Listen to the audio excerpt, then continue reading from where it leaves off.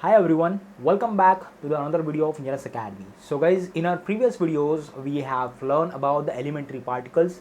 Now we are going at a subatomic level. We have seen the different particle accelerators. We have seen the standard model in the particle physics. Also guys, we have learned about the biggest particle accelerator in the world, that is nothing but the CERN's Large Hadron Collider. If you haven't watched that my previous video, you can click over here on the top right corner. So guys, now over here in our today's topic is the Higgs boson and the Higgs field basically. This particular Higgs boson can be also called as the God particles, just because of the in the 19th century there were predictions that this particular Higgs boson gives masses to other subatomic particles. So guys, in this particular video we are going to learn about the Higgs boson and the Higgs field basically. So guys, before going to our today's topic, I request you to please consider subscribing to my education channel Engineers Academy. So whenever I upload a new educational informative video, you will get instant notification. And guys, please press the bell icon as well. So guys, without wasting any time, let's begin with our today's topic, that is nothing but the Higgs boson and the Higgs field.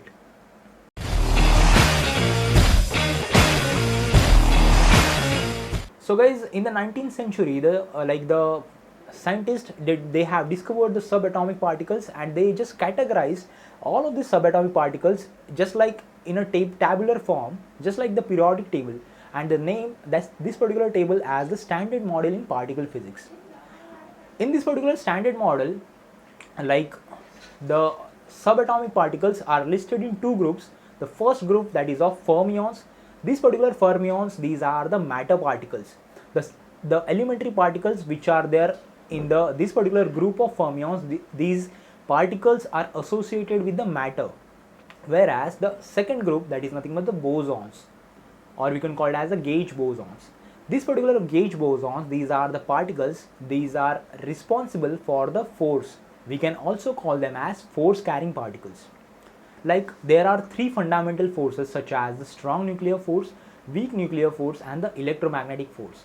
The particles which is associated with the strong nuclear force, that is nothing but the gluon, that we have seen in our previous videos. The particles that is associated with the weak nuclear force, these are nothing but the W and Z boson. And the particle that is associated with the electromagnetic force, these are nothing but the photons. Also guys, there is another particle that comes in the category of the gauge boson, that is nothing but the gravitron. This particular gravitron is related to the gravity, and this particular gravity can be explained with the help of the general theory of relativity that we have also seen in our previous video. You can click over here on the top right corner to know more about the general theory of relativity. So guys, basically guys, these are nothing but the force carrying particles. So guys, as per the standard model in particle physics, like all the force carrying particles should be massless. But guys, in actual practice, this particular force carrying particles will be having a certain mass. Just like we can say that in case of the photon is a massless. So this is the reason photon can achieve at the 99.99% speed of light. It is having no mass. So guys, in the 19th century, the scientists began experimenting on this W and Z. These are the particles that is associated with the weak nuclear forces. The W and Z boson, they will be having certain masses. This particular Z boson will be having the mass of 91.19 giga electron volt, and the W boson is having the 80.39 giga electron volt of mass. So guys, this particular boson is having masses. But as per the standard model in particle physics, all the force carrying particles should be massless. So the question rises over here, how these particular particles are gaining mass over here. So in the 19th century, scientists began experimenting, and they just trying to figure it out how all of these particles gains masses. Physicists having no idea how to resolve this particular issue. Like all the attempts to resolve this issue results in the creation of the other issues, results in the creation of the other problems basically. So guys, in 1964, a group of scientists including Peter Higgs, they hypothesized all the force carrying particles are massless. Indeed, they gains mass when they interact with some kind of the energy flow. and this energy flow is termed as the Higgs field. Now, this particular Higgs field is perceived in every part of the universe, that is spread through every part of the universe, that is nothing but the Higgs field. And just because of this Higgs field, all the force carrying particles, all the particles which we can see in the standard model, they gains masses just because of this Higgs field.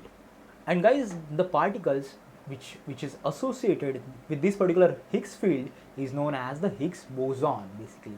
And this particular Higgs boson was discovered at 4th July 2012 during the CMS and ATLAS experiments in the CERN's Large Hadron Collider. This Higgs boson, like they have discovered during the experiments basically. And after the discovery of the Higgs boson and after the confirmation that the particles that they have discovered is the Higgs boson, later in 8th of October 2013, the Peter Higgs and the Francois and the other bunch of scientists, they have rewarded the Nobel Prize in Physics just for the discovery of this Higgs boson. So guys, let me tell you why this Higgs boson is very much important, and why this Higgs field is very much important.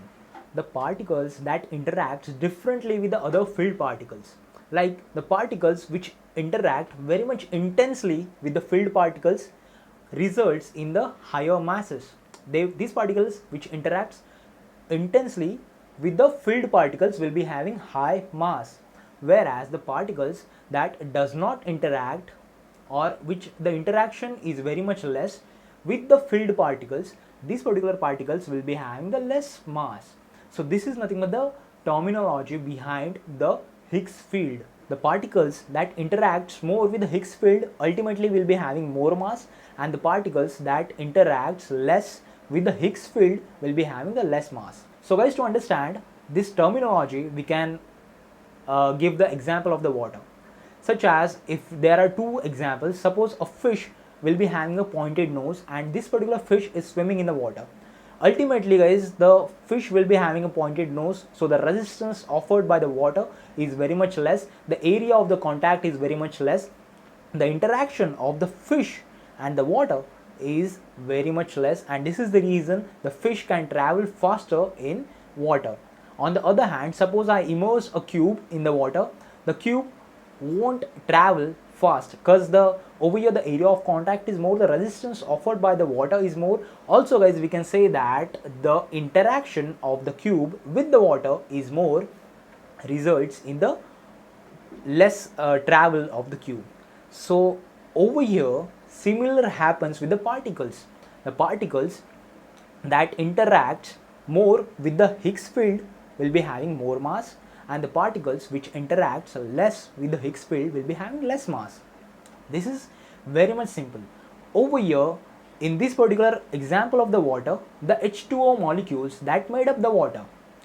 Similarly over here in the Higgs field, the Higgs boson, these are the small particles that made up the Higgs field. So guys, when the fish swims in water, for fish the water is nothing. For that particular fish, the water is the Higgs field. For for the human beings, like we can feel the Higgs field is everywhere, and just because of this Higgs field, all the matter particles and all the force carrying particles, they gains the masses. Like in case of the photons, photon can travel at the speed of light, or else we can say that photon itself is a light basically. This is the reason, like it will be achieve the maximum speeds in case of the photons, because the photon does not interact with the Higgs field.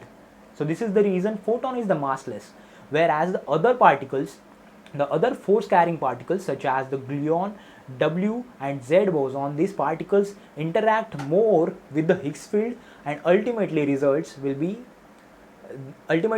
is they are having the mass basically. So guys, just because of this particular phenomenon, this Higgs boson can be called as the God particle, just because of this particular all the interaction, just because of the interactions, this all the other particles gains masses. So this is the reason this particular Higgs boson are called as the God particle. And guys, this was the theoretical predictions made by the Peter Higgs and a bunch of scientists in 1962. And just because of this particular discovery, we can understand this particular subatomic particles, these are the force carrying particles, will be also having some mass.